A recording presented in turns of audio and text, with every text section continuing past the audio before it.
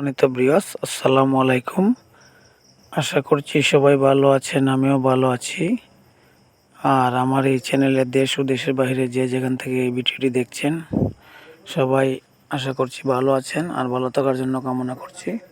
আসলে এই যে আবারও চলে আসলাম আমাদের চাঁদপুর বাগানে ব্যারিস্টার সুমন ভাইয়ের যে বাথরুমটি করেছিলেন, এই বাথরুমের কাজটি সম্পূর্ণ হয়েছে।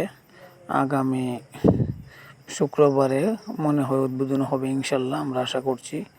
আর এই যে ব্যারিস্টার সুমন ভাইয়ের নাম এইখানে সাইনবোর্ড করা হয়েছে অলরেডি। আসলে কি বলবো, ব্যারিস্টার সুমন ভাই এমন একজন মানুষ, তিনি যা কথা দিয়েছেন তার চাইতে অনেক কিছু বেশি করতেছেন ইনশাল্লাহ। আমরা আশা করি আগামী 5 বছরের ভিতরে আরও 4 বছর, আরও আগামী 4 বছরের ভিতরে উনি ঠিকই চুনারঘাট মাধবপুরের ইতিহাস বদলাবেন, এটা আমরা বিশ্বাস করি।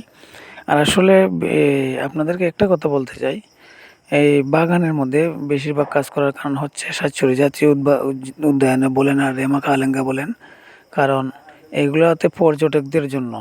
উনি বলছেন যে বাহির থেকে মানুষ যাতে আইসা বলে যে ব্যারিস্টার সুমন এমপির এলাকাটা খুব সুন্দর। আসলে এই জায়গাটা আমরাও চাই যে পর্যটক রা আসুক এখানে আমাদের দেশে, আমাদের এলাকাতে, আমরা তাতে ভালোভাবে থাকতে পারবো অবশ্যই সবাই। আর আসলে এই ভিডিওটি যারা যারা দেখছেন, আমি চাঁদপুরের বাথরুমটির ভিডিওটি আরও কয়েকবার দিয়েছি আপলোড, কাজ চলমান ভিডিও দিয়েছি। আসলে এখন কমপ্লিট হয়েছে, তাই ভাবলাম যে উদ্বোধনের আগে একটা ভিডিও দিই। আর উদ্বোধন করলে অবশ্যই আপনারা ভিডিও পাবেন, আমি চেষ্টা করব ভিডিও দেওয়ার জন্য।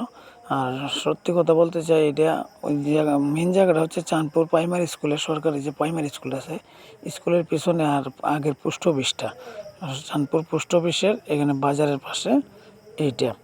আর আগামী শুক্রবার দিন মনে হয় এখানে চাঁদপুর বাজারে এই প্রাইমারি স্কুলের সামনে একটা এই পুকুর আছে, পুকুরের গাইড ওয়াল দেওয়া হবে, এটা ভেঙে যাচ্ছে মনে হচ্ছে আমার, এটা আমরা যতটুকু জানি আর কি।